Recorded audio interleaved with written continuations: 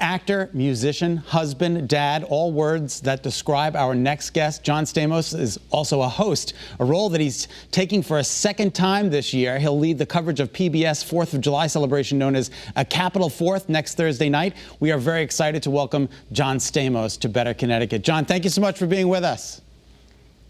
Good afternoon, Scott. Actually, this is my third time. This is, and third time's going to be a charm. Third time is always the charm. That is fantastic. All right, I want to start with this.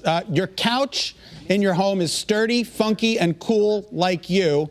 I love the architectural, architectural digest piece that you guys did.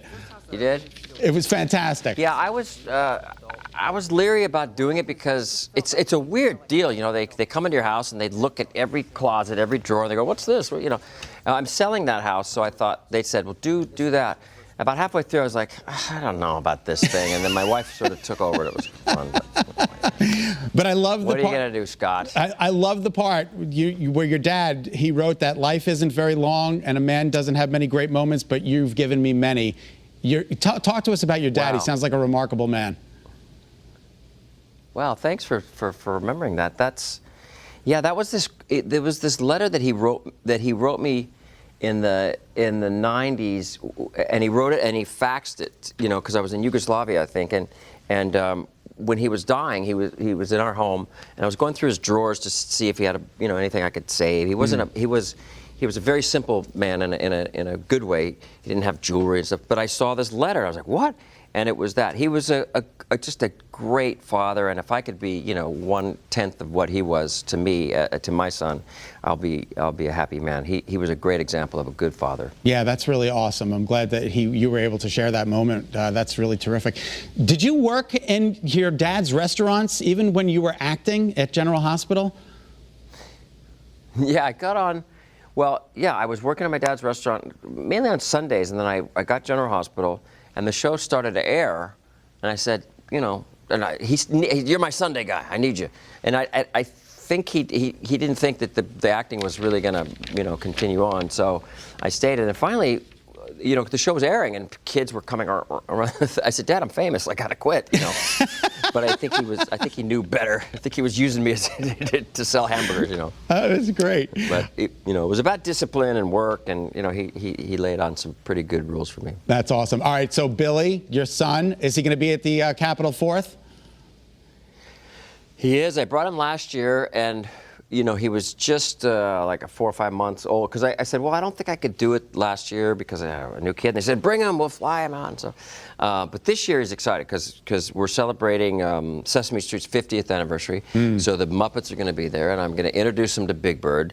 He thinks Bob Saget's Big Bird, but he's going to meet the real Big Bird here on the 4th, which is good. And that joke's going to cost me, by the way. All right, I'll take it. I'll give you $10. There you go. Well, Saget is going to be pissed off. All right. Now, the event is 39 years in the making. What do you think the staying power is behind this extravaganza? Well, the producers are excellent. I mean, I think they know they have such a wide range of entertainment. But it's about family. We always bring it back to family and patriotism and America and what it means to be an American, and that theme is never going to go away, and it doesn't. We bring it out every single year. So I think that's probably what keeps it going. I'm excited about this year. We have really good, this year. I'm doing this thing with a section of the Wounded Warriors. They're called Music Corps. With Music Corps, and we're going to rehearse a song, and then we're going to play live on stage.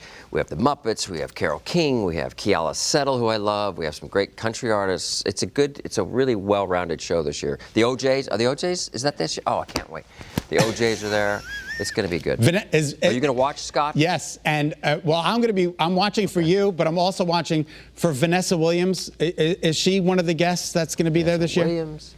She's going to sing a very patriotic song, something about America, I think. It's going to be cool. I don't think I've ever met her. I'm excited about meeting her. It's tough because when you host these things too, you're so busy. Like I start up there and I got to run there, and you get very little time to even meet the people in the show. But I'm going earlier this year, so hopefully I'll get to say hi to everybody. Hey, John, do you have any favorite 4th of July memories that you can share with us? My favorite probably was the first time I played with the first real big show that I played with the Beach Boys in '84, and it was at the Monument, Washington Monument, and 1 million people were there, and I still remember the day like it was yesterday. It was Jimmy Page was playing guitar, so that was, and then from then on I've pretty much played with the Beach Boys almost every 4th of July, and this year they're in Europe, but we're going to carry on without them, I think. Real quick, before we let you go, we have to talk about your beautiful wife, Caitlyn. The pizza on the first date didn't go well, did it? But the relationship is going really well.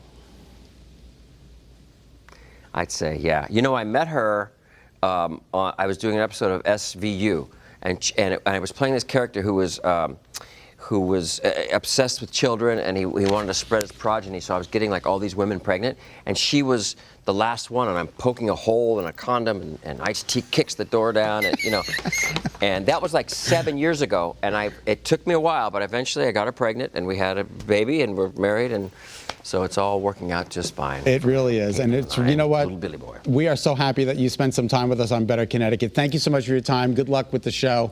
You're an amazing gentleman. Scott, this was a great interview. I appreciate the questions because they were fun and funny and different, and I hope you tune in to see us on July 4th. Absolutely. I'm working the next morning, so I will be tuning in. Thank you, John. We appreciate it. Thank you, buddy. Thank you, Scott. Catch John Stamos as he hosts a Capitol 4th next Thursday at 8 o'clock on PBS. That would be CPTV here in Connecticut.